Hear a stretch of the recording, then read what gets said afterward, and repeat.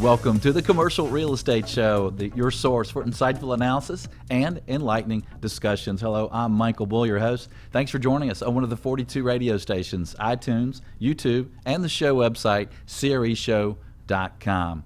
Well, today we have a great show for you. We're going to talk about healthcare and healthcare real estate. Look, healthcare and healthcare real estate has been a big subject, right? With the aging baby boomers, we have Obamacare, we have office market that's been incredible. So we're going to share some tips today for healthcare providers, and we're going to share some tips for healthcare real estate investors. Please welcome my first guest, Dr. Herbert Jones. He's an ear, nose, and throat specialist who is working in the Atlanta market. Dr. Jones, thanks for joining us here in Studio One. Hey, Michael, how you doing? We appreciate it.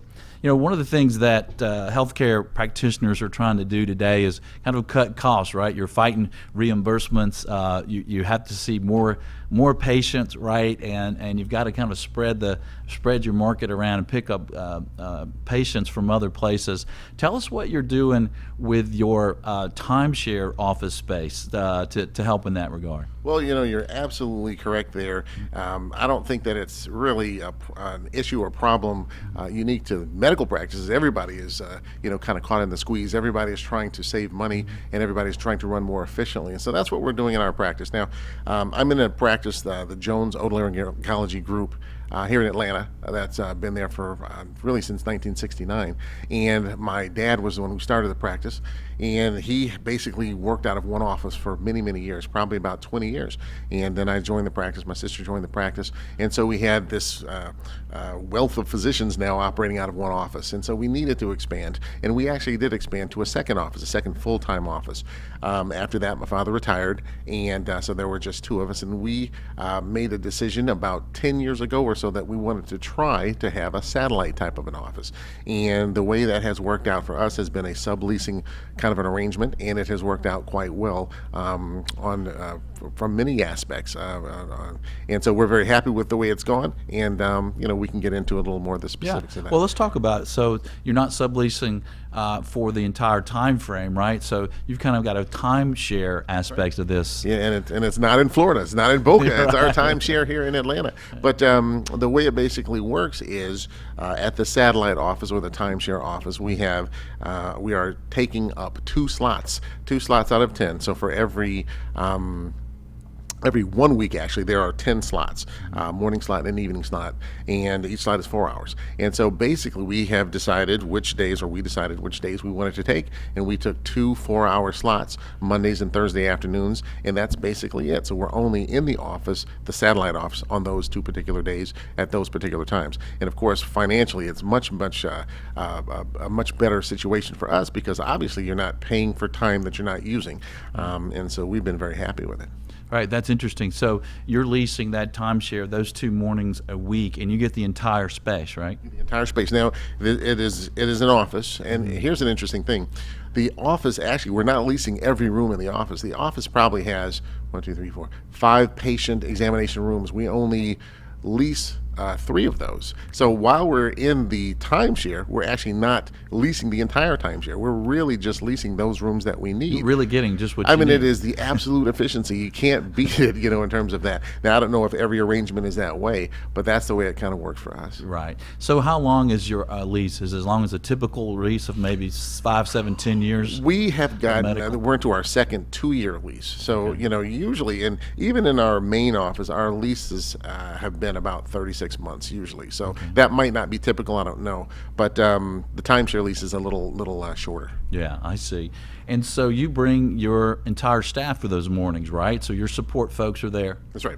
We have a relatively small office, so we have 2 physicians and 3 support staff working, and 2 of the 3 will come with us. Now, we still have an office manager who does the central billing and things like that, scheduling, et cetera, et cetera. She stays at the main office because at the main office, it is a normal lease, and we're going to be in that space anyway at that time. So she stays there while the physician goes with the 2 other people, and we import import, our help, and we basically have our own materials. The only thing that we really need is an internet connection. In this day and age of electronic health records, you really don't have to have a lot of physical space. Right. We used to have large rooms that would hold all these records from years gone by, and now we don't. Now it's on an off-site server, and all of our patient information is there. So you really don't have to have lots and lots of room, so it works out perfectly. Well, that's interesting, the timeshare concept, because if you're a landlord, maybe you get to bring in some tenants that some space that you don't have leased, and maybe they become bigger tenants, right? Maybe they do well there, and you want the suite full time. Well, absolutely, right? it's kind of a win-win. When we first started about 10 years ago at Atlanta Medical Center, I believe we were one of the first groups to actually do this. And back at that time, there seemed to be a glut of real estate, at least medical office type real estate on the market, and so they had a lot of different units that were just sitting unused. And so we actually got to pick the one that we wanted and have it renovated, really at no cost to us, which is a great deal, because now you're moving into kind of a newly renovated office that looks great, and you're going to have the efficiency of only being there a certain amount of time. So no, the whole scenario seems to have worked out very well, and now we're 10 years into it. Wow. That's fantastic, and there's multiple benefits for you, right? So like as you just mentioned, you have 3 physician offices now, so if you want 2 more, they're there, you can rent them. Yeah, if you can find the time, because from a financial standpoint, it really doesn't impact you. It's fractions on the dollar in terms of what you pay for normal office space. Now, one thing I will say, I am not... I can't really say that you could do this as your primary location, say you have 2 or 3 primary satellite offices. We still need to have one office because there are procedures that need to be done. There is equipment that needs to be housed. So for us, we still need to have one office, but certainly having 1 or 2 satellite offices I think would work for a lot of practices. Yeah. And probably already does. Yeah, no, it's a great idea. So in this satellite office, you have a bit of storage, right, for some equipment. Yeah, they will give you not a lot. They give you I think our deal has 2 or 3 large cabinets. And so we use those, and being an ear, nose, and throat office, we do have some equipment that has to be stored. So we have to have some instruments for hearing assessment and for middle ear assessment, that sort of thing. So we do need some space. We have suction equipment and something that helps us to clean out earwax and that sort of thing. So we've compartmentalized it. We've kind of compacted things down, and so it basically works. If you were to walk into that office, besides the sign on the front which says Dr. Jones Otolaryngology Group, certain days a week, if you walked into that office, we weren't there, you would not know that was an ear, nose, and throat office. There may be an occasional poster or something, but you really wouldn't know that we were there. Right, because some other people are leasing it for other practices. Absolutely, right? yeah, absolutely. There's a podiatrist is in there, and I think there was at one point in time an internal medicine person that was in there as well. And your name's on the directory downstairs. Yeah, on the directory, and that stays all the time. So it's pretty good. Now it's also important, as you've learned as a practitioner, to understand the details of your lease, right? Because there may be clauses in there. You may be a smaller tenant. They may want to make you move. Well, Michael, we're learning all the time. I think by the end of all this, when it's time to retire, I'll have everything down. It's interesting. We kind of 10 years ago, we kind of looked at this like a regular lease, without knowing any of the particulars about the differences and whatnot, or even if we should.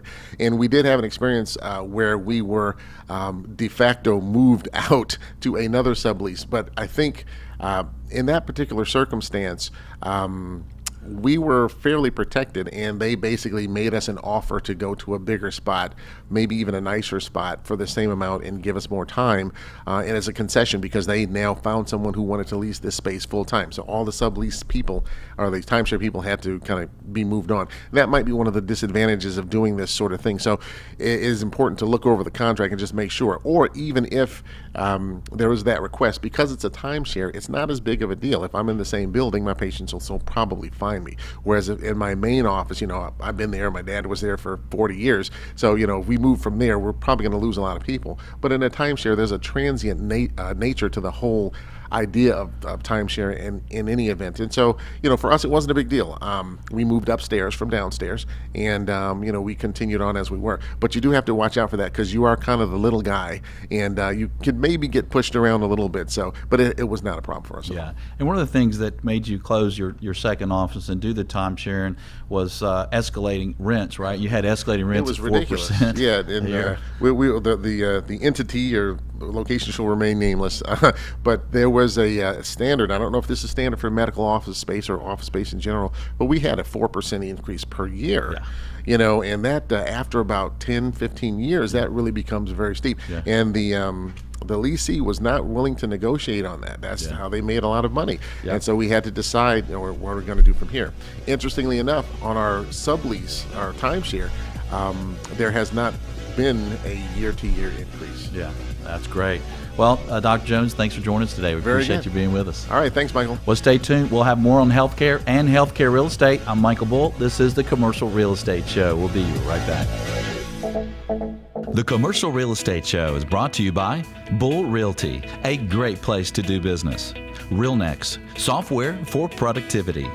Xceligent, information for the professionals. And Commercial Search, properties for sale and lease. To access these companies or for additional videos, podcasts, and articles, visit CREshow.com.